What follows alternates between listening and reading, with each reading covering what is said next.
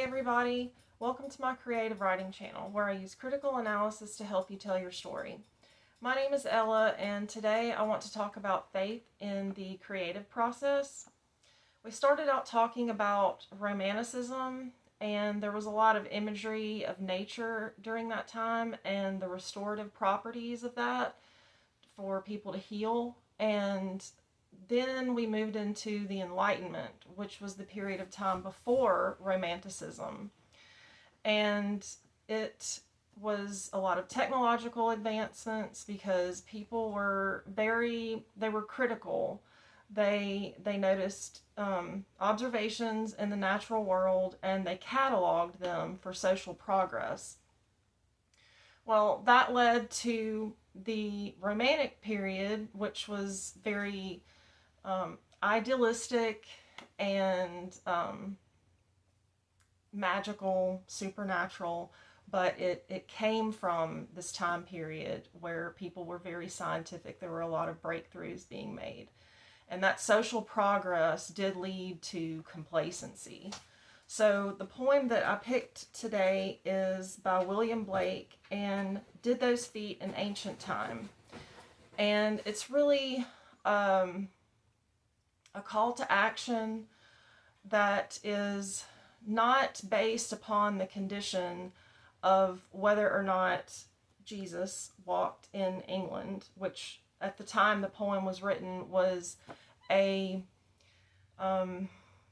question. It was a popular question being asked, and the author makes a call to action after asking that question based on not the condition of whether or not that happened, but his steadfast faith in Jesus.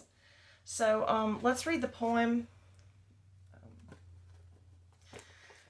And did those feet in ancient time. And did those feet in ancient time walk upon England's mountain green? And was the holy Lamb of God on England's pleasant pastures seen? And did the countenance divine shine forth upon our clouded hills? And was Jerusalem builded here among these dark satanic mills?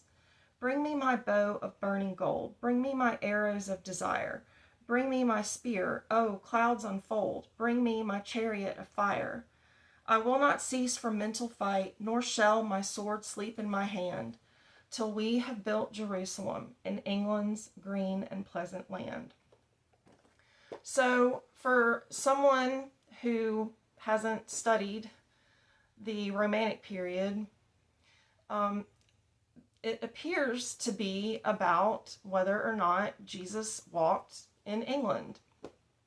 We begin with so much romantic imagery.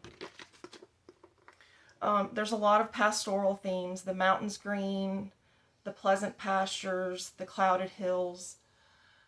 But then he says dark satanic mills, and this is because due to the technological advancements in the Enlightenment, there were a lot of textile mills being built, and while it improved the quality of life for some people, the conditions of the labor involved were, they caused a lot of problems, health problems, and people, it made a lot of people sick.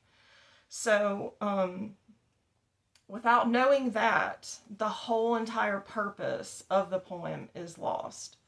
So we start out with the imagery that is suggesting a romantic theme, but the form and the literary devices suggest that the author is still advocating for that time in the Enlightenment to use to further advance the quality of life for all humanity based on the social progress of learning things like putting fans in the factories to draw out the fiber that would just float around in the air.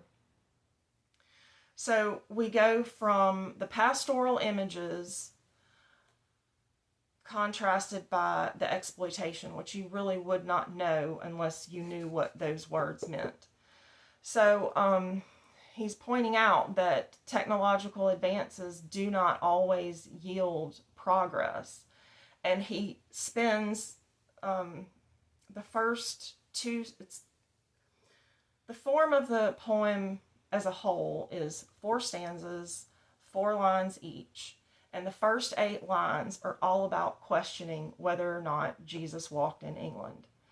But he goes directly from that to this just call to action that to concentrate on the truth at the moment, that technological advancements don't always yield progress.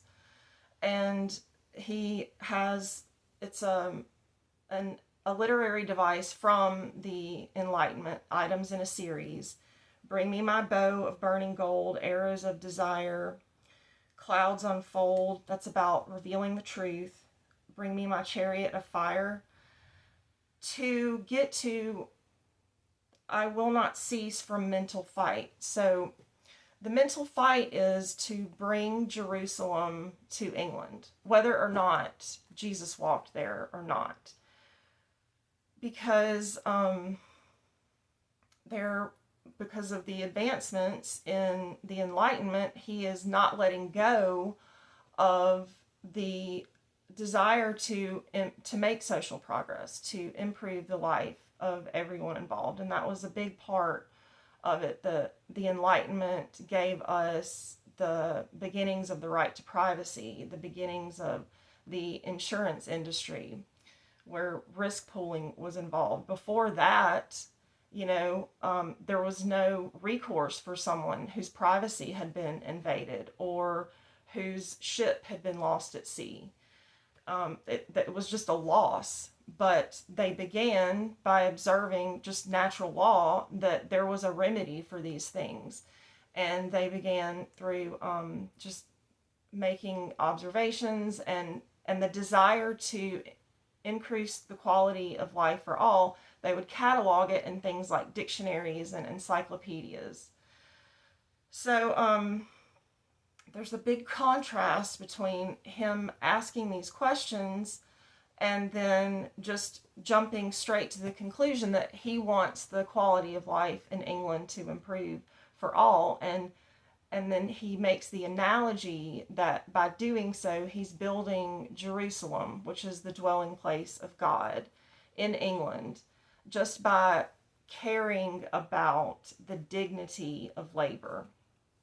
So, yeah, I hope you got something from that. That is faith in the creative process, and thank you for listening.